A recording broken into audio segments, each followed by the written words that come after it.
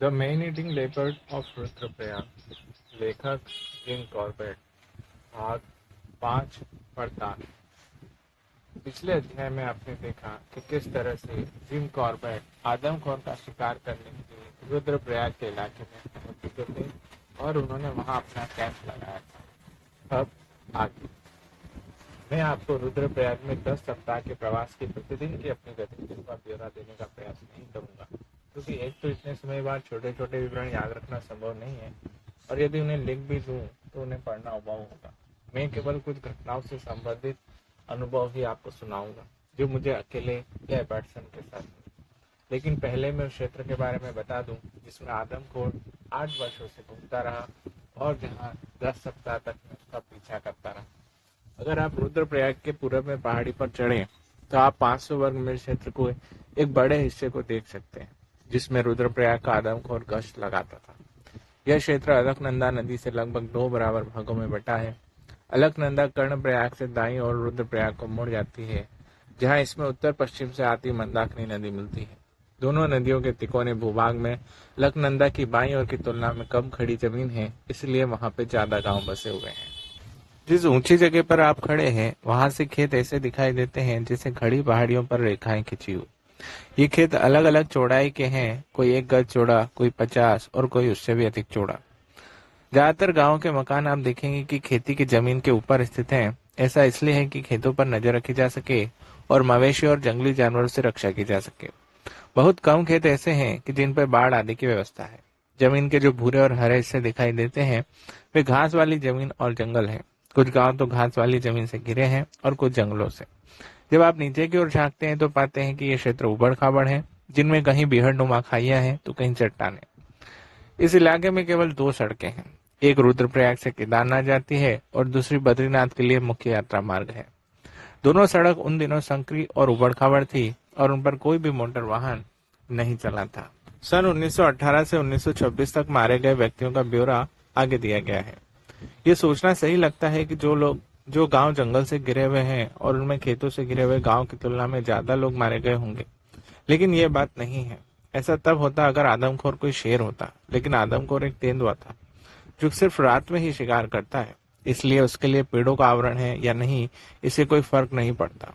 और किसी गांव में ज्यादा मार व किसी में कम का कारण यही है कि एक गांव में कम सजगता अपनाई गई और दूसरे में अधिक। मैं पहले बता चुका हूं कि आदमखोर सामान्य से बड़े आकार का नर तेंदुआ था और उसकी जवानी बीते काफी समय हो चुका था, लेकिन बूढ़ा होने के बावजूद वह तेंदुआ बहुत मजबूत था। अपने शिकार को निश्चिंता पूर्वक खाने के लिए कोई आदमखोर कितनी दूर ले जा सकता है, इसी आधार पर प्राय वह अपने शिकार को चुनता है। लेकिन रुद्रप्रयाग के आदमखोर तेंदुए सारे स्थान एक जैसे ही थे। वह भारी से भारी व्यक्ति को 4 मील दूर तक ले जाने में सक्षम था। एक मौके पर तो वह तेंदुआ पूरे जवान आदमी को उसी के घर में मारकर 2 मील खड़ी चढ़ाई वाले घने जंगल से होते हुए वहां से आगे फिर 2 मील घनी झाड़ियों से घसीटता ले गया। ऐसा उसने क्यों किया, कोई स्पष्ट कारण नहीं है। शायद इसलिए कि उसने जब मार की सुबह होने वाली थी और शिकार को निरापद जगह पर ले जाना जरूरी था। इसके साथ ये कारण भी रहा होगा कि अगले दिन दोपहर तक उसका पीछा नहीं किया गया। हमारे जंगलों में अन्य जानवरों की तुलना में तेंदुओं को मारना ज्यादा आसान है, बशर्ते कि वो आदमखोर ना हो। ऐसा इसलिए है कि तेंदुओं में घ्राण शक्ति नहीं होती। अन्य जानवरों की तुलना में तेंदुओं को मारने के ज्यादातर तरीके अपनाए जाते हैं। ये तरीके इस बात पर निर्भर करते हैं कि उसे मनोरंजन के लिए मारा जा रहा है या लाभ के लिए। मनोरंजन के लिए मारा जा रहा है तो सबसे ज्यादा रोचक तरीका यह है कि बाघ का जंगल में नीचे की ओर पीछा किया जाए, उसकी स्थिति का पता लगाया जाए और छिप के उस पर गोली चला दी जाए। लाभ के लिए सबसे आसान लेकिन क्रूर तरीका है बाघ द्वारा मारे गए पशु के मांस में एक शक्तिशाली बम रख दिया जाए। बहुत से ग्रामीण ये बम बनाना सीख गए हैं। ये बम जब बाघों के दांतों के संपर्क में आता है तो इसमें विस्फोट हो जाता है और बाघ के जबड़े टूट जाते हैं।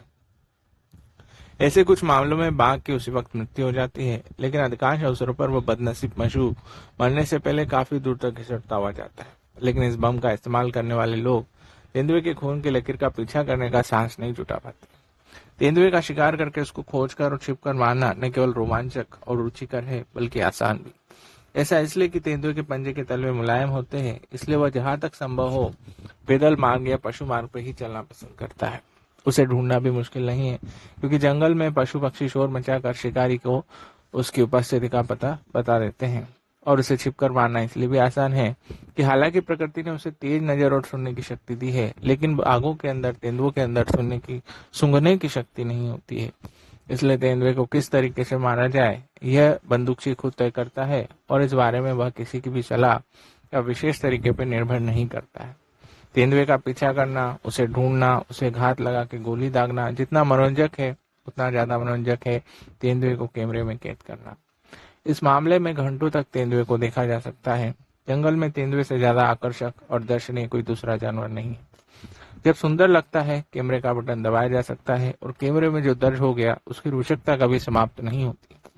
दूसरे मामलों में तेंदुए की एक झलक मिलते ही शिकारी ट्रिगर दबा देता है, और अगर निशाना सही हुआ तो एक ट्रॉफी हाथ लगती है जिसकी सुंदरता और आकर्षण दोनों ही जल्दी समाप्त हो जाते हैं।